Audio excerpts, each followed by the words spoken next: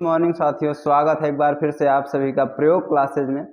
हम लोग आज एक नया चैप्टर शुरू करने जा रहे हैं जिसका नाम है ठोस अवस्था। कक्षा 12 का पहला चैप्टर है ठोस अवस्था, जिसके बारे में आज हम शुरू करने जा रहे हैं। तो पाठ का नाम डाल दो ठोस अवस्था। ठोस अवस्था को अंग्रेजी में बोल देते हैं सॉलिड स्टेट। Solid state.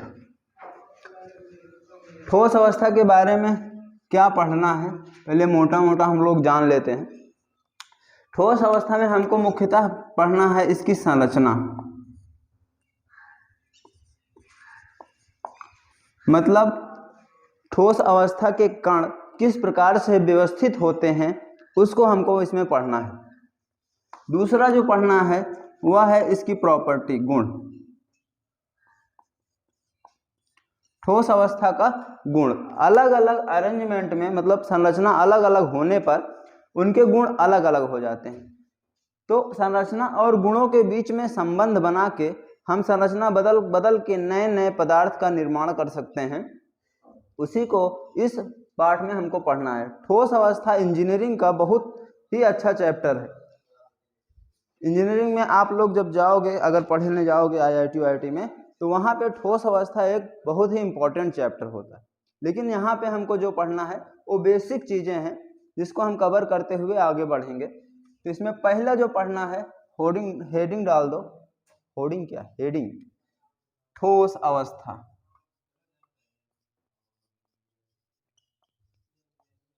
ठोस किसे कहते हैं? इसको हम लोग बचपन से ही पढ़ चुके हैं, जिसमें अंतराणविक आकर्षण बल बहुत ज़्यादा होता है। जिसमें अंतराणविक आकर्षण बल बहुत अधिक होता है।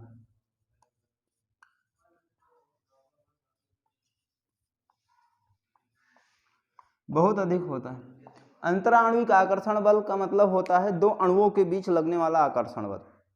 जैसे इसमें थोड़ा सा बच्चों को कंफ्यूजन रहता है, जैसे हमारे पास क्लोरीन है, तो ये अंतराणविक आकर्षण बल नहीं है, ये अंतराणविक है।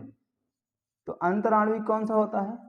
क्लोरीन के दो अणुओं के बीच में जो आकर्षण बल लग रहा है, इसको हम अंतराणविक आकर्षण बल कहते हैं। इसको अंतराणविक या रासायनिक आबंध कहते हैं। तो जिसमें अंतराणविक आकर्षण बल अधिक होता है उसको हम ठोस कहते हैं। अंतराणविक आकर्षण बल के अधिक होने से होता क्या है कि इनके जो कण होते हैं बहुत कम गतिशील होते हैं। गतिशीलता नहीं होती, केवल कंपन करते हैं। इनके कण स्वतंत्र रूप से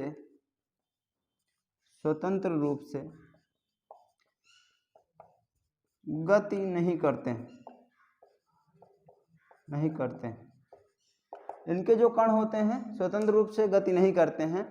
जैसे कि गैस में होता है कि उनके कण स्वतंत्र रूप से इधर उधर घूमते रहते हैं, और द्रव में भी होता है कि उनके कण स्वतंत्र रूप से घूमते रहते हैं। लेकिन ठोस में उनके कण गतिशील नहीं होते हैं, वो अपने माध्य स्थिति के इधर उधर कंपन करते रहते हैं, मतलब चारों ओर कंपन करते रहते हैं।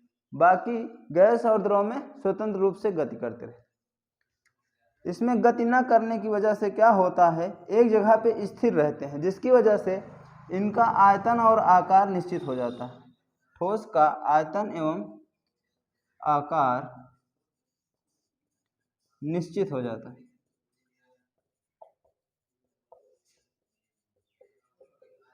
ये सब बेसिक चीजें हैं जो हम लोग कक्षा 9-10 में पढ़े थे, लेकिन एक बार जानना बहुत जरूरी है। आयतन और आकार निश्चित हो जाते हैं। जब आयतन निश्चित हो जाएगा, आकार निश्चित हो जाएगा, तो इससे होता क्या है कि वे असंपीड्य हो जाते हैं। ठोस असंपीड्य होते हैं, या बहुत कम नेग्लिजिबल संपीड्य होते हैं। असंपीड्य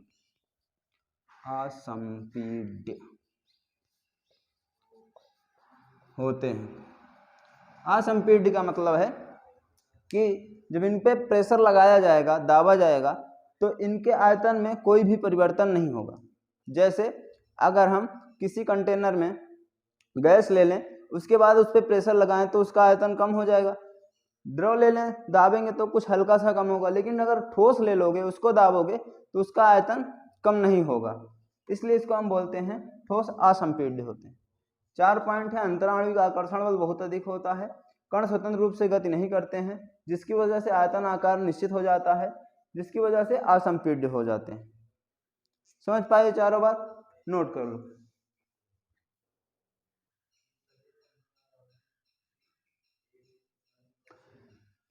अब जो हमको दूसरा चीज पढ़ना है वह है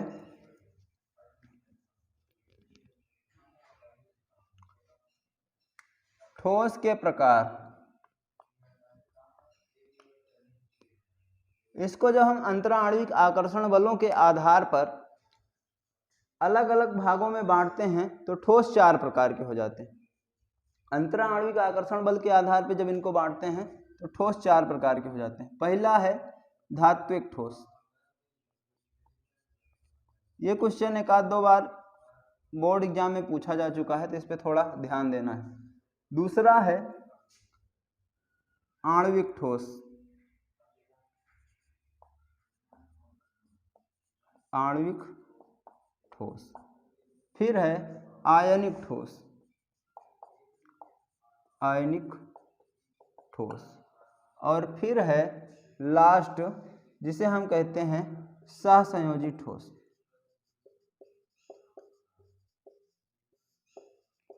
इसको नेटवर्क ठोस भी कहते हैं।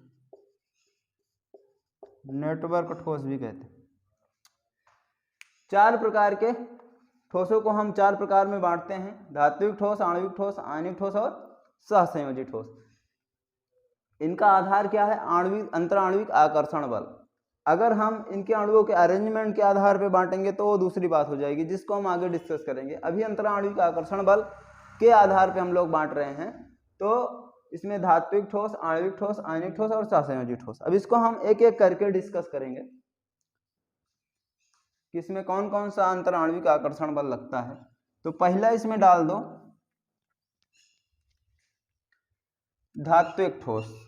बहुत कॉमन ठोस है, जिसको हम लोग अपने आसपास में देखते रहते हैं। धात्विक ठोस। धात्विक ठोस में जो अंतराणविक आकर्षण बल होता है वह होता है धात्विक बंध। अंतराणविक आकर्षण बल कौन सा होता है? धात्विक बंध। धात्विक बंध। धात्विक बंध क्या होता है? यह होता है electrostatic, strong electrostatic force. Electrostatic force, इसको क्या बोलेंगे हिंदी में हम लोग? प्रबल वैद्युतीय आकर्षण बल। प्रबल वैद्युतीय आकर्षण बल। धात्विक ठोस को समझने के लिए हम लोग एक धातु लेते हैं, जैसे हमारे पास सोडियम है, तो इसका इलेक्ट्रॉनिक विन्यास क्या हो जाएगा? 1s2 2s2 2p6 3s1। इसके अंतिम कक्षा में एक इलेक्ट्रॉन है, एक इलेक्ट्रॉन है, तो ये एक इलेक्ट्रॉन छोड़ देता है, तो Na बन जाता है Na+, और एक इलेक्ट्रॉन इसका ऐसे रह जाता है, ए भी बन जाता है प्लस, इसका एक इलेक्ट्रॉन छूट जाता है। ऐसे यहाँ पे Na+ बन जाता है, यहाँ पे Na+ बन जाता है। ऐसे ऐसे इलेक्ट्रॉन बहुत सारे इसमें छूट जाते हैं, बहुत सारे Na+ रहते। इस इलेक्ट्रॉन और इस Na+ के बीच में आकर्षण बल लगता है, जिसको हम धात्विक बंध कहते हैं। ये होता है विद्युतीय आकर्षण बल, स्थिर विद्युत आकर्षण बल होता है। ये बहुत मजबूत बंध होता है, जिसकी वजह से धात्विक ठोस, धात्विक जो होते हैं वो ठोस होते हैं। यहाँ पे एक इलेक्ट्रॉन है तो सोडियम धातु बहुत नरम दिखाई देती है, मतलब इसको हम लोग चाकू से काट सकते हैं। लेकिन जैसे हम लोग फेरस ले लेंगे तो फेरस के अंतिम कक्षा में इलेक्ट्रॉन होते हैं 4s2 3d6, 8 इलेक्ट्रॉन होते हैं अंतिम कक्षा में। तो ये 8 इलेक्ट्रॉन छोड़ देते हैं, जिसकी वजह से लोहा बहुत मजबूत होता है। धात्विक बंध उसमें बहुत मजबूत होते हैं। तो ये बात समझ में आई कि धात्विक ठोस में जो अंतराणविक आकर्षण बल होता है वो धात्विक बंध होता है, जिसको हम स्ट्रांग इलेक्ट्रोस्टैटिक फोर्स कहते हैं। लगता किसके बीच में है? इनको हम लोग बोल देते हैं कर्नेल। और ये होते हैं फ्री इलेक्ट्रॉन, मुक्त इलेक्ट्रॉन, मुक्त इलेक्ट्रॉन, इसको बोले कर्नल, ये हुए मुक्त इलेक्ट्रॉन। कर्नल और मुक्त इलेक्ट्रॉन के बीच में लगने वाला स्थिर वैद्युत आकर्षण बल धात्विक बंध होता है। समझ पाए कि इसमें अंतराणुविक आकर्षण बल कौन सा होता है? धात्विक बंध। और दूसरा पॉइंट, इसका अवयवी कण क्या कौन सा होता है? घटक कण, अवयवी कण। अवयवी कण का मतलब ये किससे मिलकर बना होता है? तो यहाँ पे परमाणु होते हैं। अवयवी कण क्या होते हैं? परमाणु होते हैं। एग्जाम्पल में बहुत सारे ले सकते हैं, जैसे सोडियम, सोना, चांदी, फेरस, कॉपर आदि। समझ पाइएगा। धात्विक ठोस में अंतराणुविक आकर्षण और धात्विक बंध होता है और इसके अवयवी कण होते हैं परमाणु। और इसका एग्जाम्पल है सोडियम, सोना, चांदी, फेरस, कॉपर आदि। पहला हम लोग नोट कर पाए, इसको देख के आसानी से पहचान सकते हैं, चमकदार होती हैं धातुएं इसके आधार। ठीक, नोट करो। दूसरा जो हमको पढ़ना है वह है आयनिक बंध।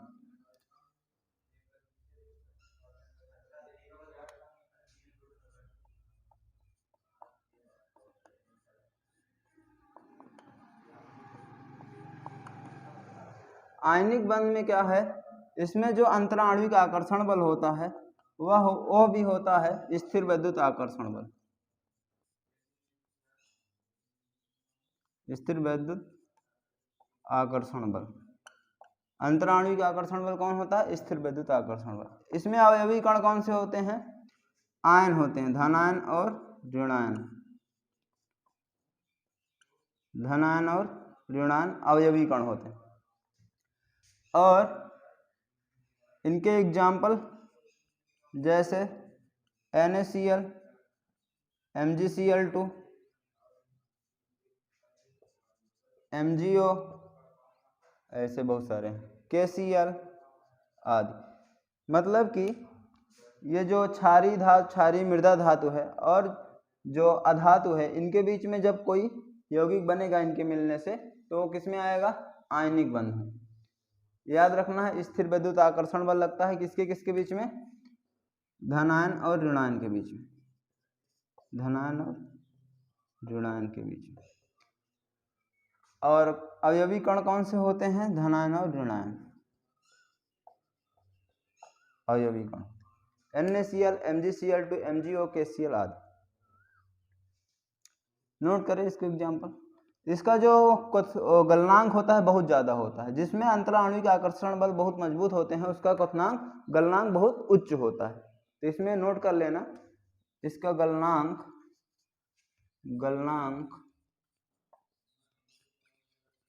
बहुत ज्यादा होता है। क्यों? क्योंकि इसके बीच में स्थिर वैद्युत आकर्षण बल लगता है जो कि बहुत प्रबल बल होता है, मतलब बहुत मजबूती से बांधे हुए। नोट कर पाए। आयनिक ठोस के बाद जो पढ़ना है हमको वह है सहसंयोजी ठोस।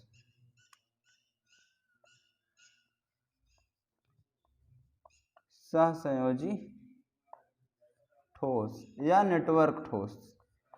सहसंयोजी ठोस में जो अंतराणुविक आकर्षण बल लगता है वह होता है सहसंयोजी बंध।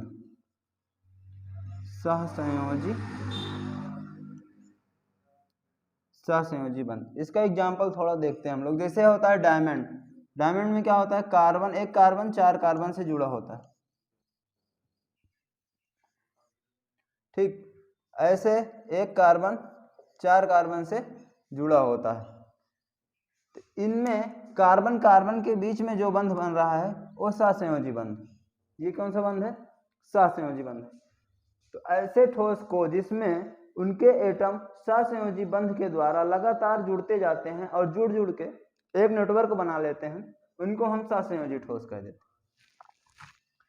समझ पा रहे हो? ऐसे ग्रेफाइट में भी होता है, एक कार्बन 3 कार्बन से जुड़ा होता है। ऐसे सिलिकॉन कार्बाइड में भी होता है, सब में होता है। ठीक, दूसरा क्या है? इनके अवयवी कण कौन से होते हैं? परमाणु होते हैं। अवयवी कण। ठीक, ये जो सहसंयोजी बंध होता है बहुत मजबूत होता है, जिसकी वजह से इनका गलनांक बहुत उच्च होता है, बहुत उच्च। जानते हो डायमंड कितना मजबूत होता है, हमको पता ही।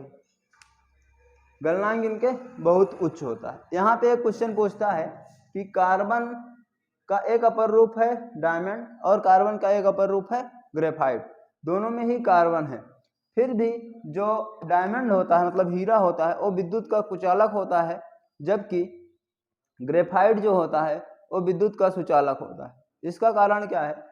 इसमें होता क्या है, इसमें एक कार्बन 4 कार्बन के साथ जुड़ा होता है, लेकिन ग्रेफाइट में एक कार्बन 3 कार्बन के साथ जुड़े होते हैं। एक कार्बन 3 कार्बन के साथ जुड़े होते हैं, जिसकी वजह से इसके अंतिम कक्षा में 4 इलेक्ट्रॉन होते हैं। 3 इलेक्ट्रॉन तो बंध बनाने में खर्च हो गए, लेकिन एक इलेक्ट्रॉन मुक्त रह जाता है। एक इलेक्ट्रॉन जो होता है उसकी वजह से इसमें विद्युत का चालन होता है, ये विद्युत का सुचालक होता है। इसमें 4 के चारों इलेक्ट्रॉन बंध बनाने में भाग ले रहे हैं, जिसकी वजह से ये विद्युत का चालक नहीं करता। ये बात समझ में आई? इसमें उदाहरण ले लो एग्जाम्पल, जैसे सिलिकॉन कार्बाइड SiC, इसको कार्बोरंडम भी बोलते हैं। ये बहुत मजबूत होता है, बहुत ठोस होता है, डायमंड से भी ज़्यादा मजबूत होता है। दूसरा है डायमंड, डायमंड को हीरा बोलते हैं। तीसरा है ग्रेफाइट आदि। सहसंयोजी ठोस समझ पाए? ये याद रखना, इसमें बच्चों कंफ्यूज रहते हैं कि इनके बीच में सहसंयोजी बंध बनता है जो एक नेटवर्क बनाता है। ये सहसंयोजी बंध टूटता नहीं है, लगातार एक दूसरे से जुड़ता चला जाता है, वो बहुत बड़ा विशाल मॉलिक्यूल अणु बना लेता है। ये याद रखना सहसंयोजी ठोस। इसके बाद जो भी बचे हुए वो सब आ जाते हैं तुम्हारे आणविक ठोस में। पहले धात्विक बंध पढ़े। धात्विक ठोस में क्या था? धातुएं थी जिसको आसानी से पहचान सकते हो। दूसरा आयनिक ठोस पढ़े जिसमें आयन थे, धन आयन और ऋण आयन, उसको आसानी से पहचान सकते हो। सहसंयोजी ठोस तीसरा पढ़े। सहसंयोजी ठोस में क्या है? इसमें सहसंयोजी बंध होता है और एक नेटवर्क बनाता है, और वो नेटवर्क टूटता नहीं है जल्दी सहसंयोजी ठोस में। और इसके एग्जाम्पल ज़्यादा नहीं है, सिलिकॉन कार्बाइड है, हीरा है, ग्रेफाइट है, बोरान नाइट्राइड है, जिसको कार्बनिक बेंजीन बोलते हैं, अकार्बनिक बेंजीन बोलते हैं। बस 3-4 ही उदाहरण हैं, तो इसको एग्जाम्पल से याद रखना है। इसके बाद जो भी बचे हुए हैं वो सब आ जाते हैं आपके आणविक ठोस में। किस में आते हैं? आणविक ठोस। अगली हेडिंग डाल दो आप लोग, आणविक ठोस।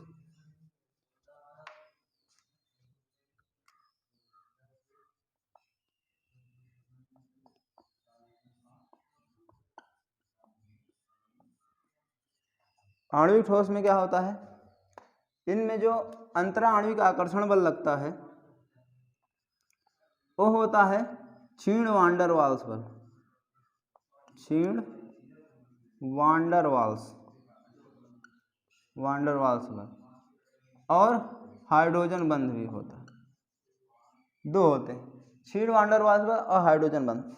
अगर आपको अंतरा आणविक आकर्षण बल में कोई दिक्कत है तो हमारा एक नया वीडियो इस पर आने वाला है जो बहुत ही डीपली कवर करेगा सभी अंतरा आणविक आकर्षण बलों को।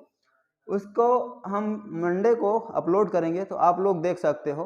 उसमें पूरा बताया जाएगा वांडर वाल्स बल क्या होता है, लंदन बल क्या होता है, हाइड्रोजन बंध क्या होता है, द्विध्रुव आकर्षण बल क्या होता है।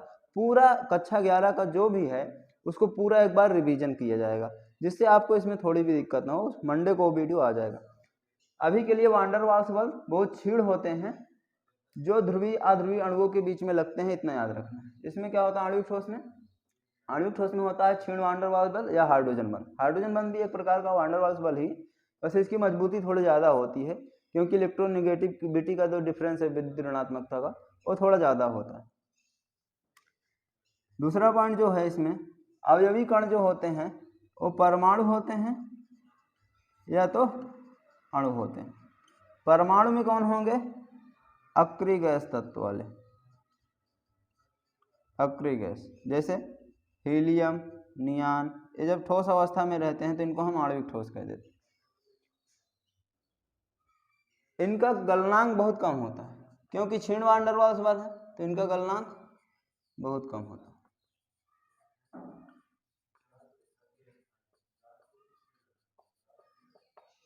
उदाहरण में वो तीनों को छोड़ के सब कुछ भी ले लो, जैसे I2 N2 O2 Br2 आदि आदि सब। यहाँ पे एक चीज नोट करने की जरूरत है, यहाँ बच्चों को कंफ्यूजन रहता है। जैसे यहाँ पे I है, I के बीच में सहसंयोजी बंध बन रहा है, सहसंयोजी बंध, लेकिन इसको हम सहसंयोजी ठोस नहीं कहते, क्योंकि I2 के बीच में जो बंध है उसको हमको देखना है। ये कौन सा बंध है? ये वान डर वाल्स बंध। ये कंफ्यूजन नहीं रखना है, इसमें सहसंयोजी बंध है लेकिन वो अणुओं के बीच में नहीं है, परमाणुओं के बीच में। हमको कौन सा बंध देखना है? अणुओं के बीच जो बंध बन रहा है, अणुओं के बीच में जो बंध है वो वान डर वाल्स बंध है, इसलिए इसको हम आणविक ठोस कहते हैं। आणविक ठोस समझ में आ रहा है? सहसंयोजी ठोस और आणविक ठोस में थोड़ा सा कंफ्यूजन रहता है। सहसंयोजी ठोस के ज्यादा एग्जांपल नहीं है, जैसे सिलिकॉन कार्बाइड, डायमंड, ग्रेफाइट और बोरान नाइट्राइड, ये 3-4 एग्जांपल हैं। बाकी सब जो भी बचते हैं सहसंयोजी बंध वाले, वो सभी आ जाते हैं आणविक ठोस में। इसमें बल क्षीण वान डर वाल्स। समझ पाए? नोट करो।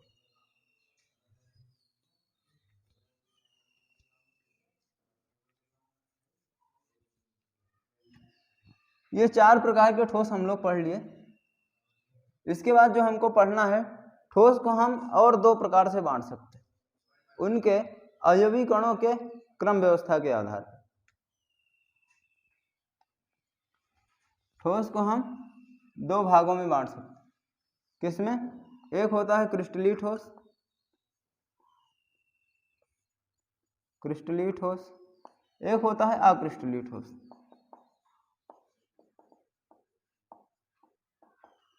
एक किस आधार पे बांट रहे हैं हम लोग? ये हम बांट रहे हैं उनके अवयवी कण जिससे वो बने हुए हैं, कॉन्स्टिट्यूएंट पार्टिकल जो हैं, अवयवी कण हैं, उनकी क्रम व्यवस्था के आधार। क्रिस्टलीय ठोस में क्या होता है? पहली हेडिंग डाल दो, क्रिस्टलीय ठोस। क्रिस्टलीय ठोस में अणुओं की जो क्रम व्यवस्था होती है वो नियमित होती है। अणुओं की क्रम व्यवस्था नियमित और दीर्घपरासी होती है, दीर्घपरासी, दीर्घपरासी होती है। इसको देखते हैं कैसे होती है। जैसे हमारे पास अणुओं की एक क्रम व्यवस्था आपको दिखा रहे हैं। इसमें क्या है? इसको बार बार रिपीट करते हुए नियमित रूप से रखते जाएंगे तो हमको अणुओं की एक क्रम व्यवस्था जो कि नियमित है दिखाई दे रही है, और ये काफी दूर तक बनी हुई है।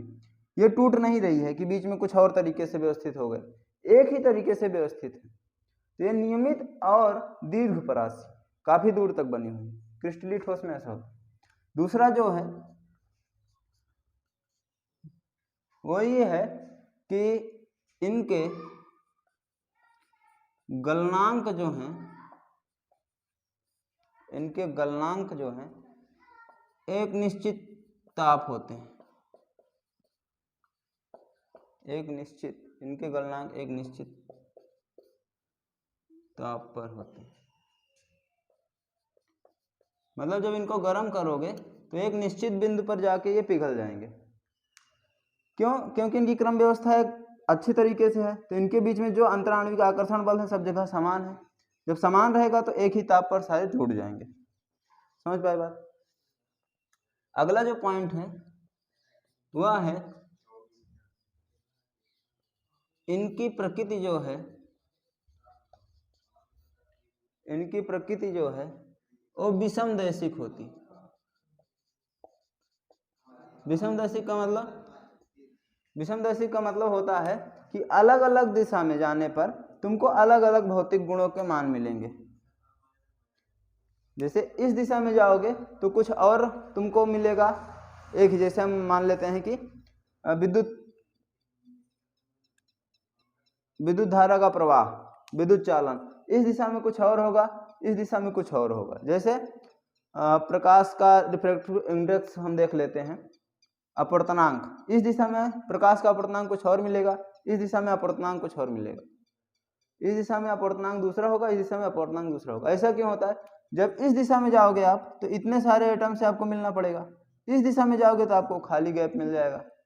मतलब इसमें तो आपको गैप मिल जा रहा है, इधर आपको कुछ लड़ता हुआ दिखाई दे रहा है, तो यहाँ पे अपवर्तनांक कुछ और होगा, यहाँ पे अपवर्तनांक कुछ और होगा। अलग अलग दिशा में देखोगे तो अरेंजमेंट अलग अलग है। ऐसा जाओगे तो तुमको कुछ और मिलेगा, अगर तुम ऐसे जा रहे हो, मान लो हम ऐसे जाते हैं, हमको कुछ और मिलेगा। अलग अलग डायरेक्शन में जाने में अलग अलग मिल रहा है।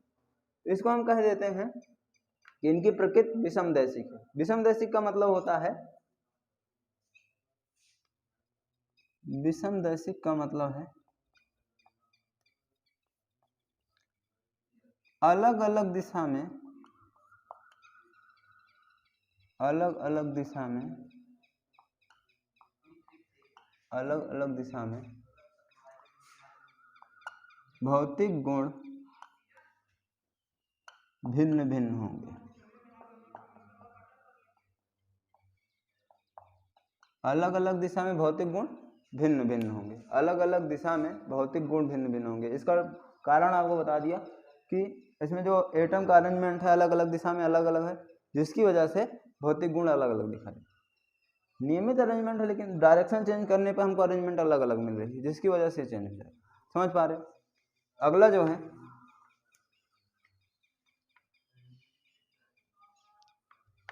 वो है अक्रिस्टलीय ठोस।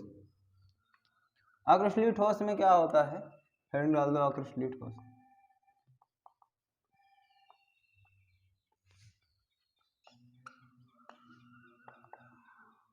अक्रिस्टलीय ठोस में अवयवी कणों की जो क्रम व्यवस्था है वो दीर्घपरासी नहीं होती, वो क्या होती है, लघुपरासी होती है। अवयवी कणों की क्रम व्यवस्था, क्रम व्यवस्था लघुपरासी होती है।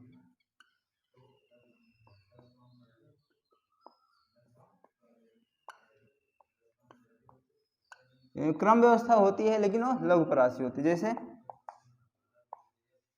ऐसे दिखा, फिर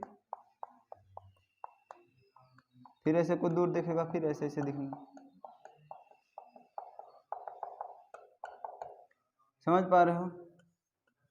जैसे यहाँ पे एक क्रम व्यवस्था दिखाई दी, अब कैसे हो गई, उल्टा सीधा हो गई, टूट गई क्रम व्यवस्था। फिर क्रम व्यवस्था बन गई, फिर एक नई क्रम व्यवस्था आ गई, फिर टूट गई, फिर एक नई क्रम व्यवस्था आ गई। मतलब अलग, इसमें जो क्रम व्यवस्था है वो ज्यादा देर तक बनी नहीं रहती, छोटे छोटे लघु दूरी के लिए ही बनी रहती है। इसको हम लघुपरासी क्रम व्यवस्था कहते हैं। इसका जो दूसरा है, इसका जो गलनांक होता है, गलनांक होता है, एक निश्चित बिंदु नहीं होता, निश्चित ताप नहीं होता। ये एक परास में, ये ताप के एक परास में, परास में मतलब जैसे 10 से 20 डिग्री सेंटीग्रेड, 10 से 20 डिग्री सेंटीग्रेड एक इसका परास हो, एक परास में पिघलते हैं।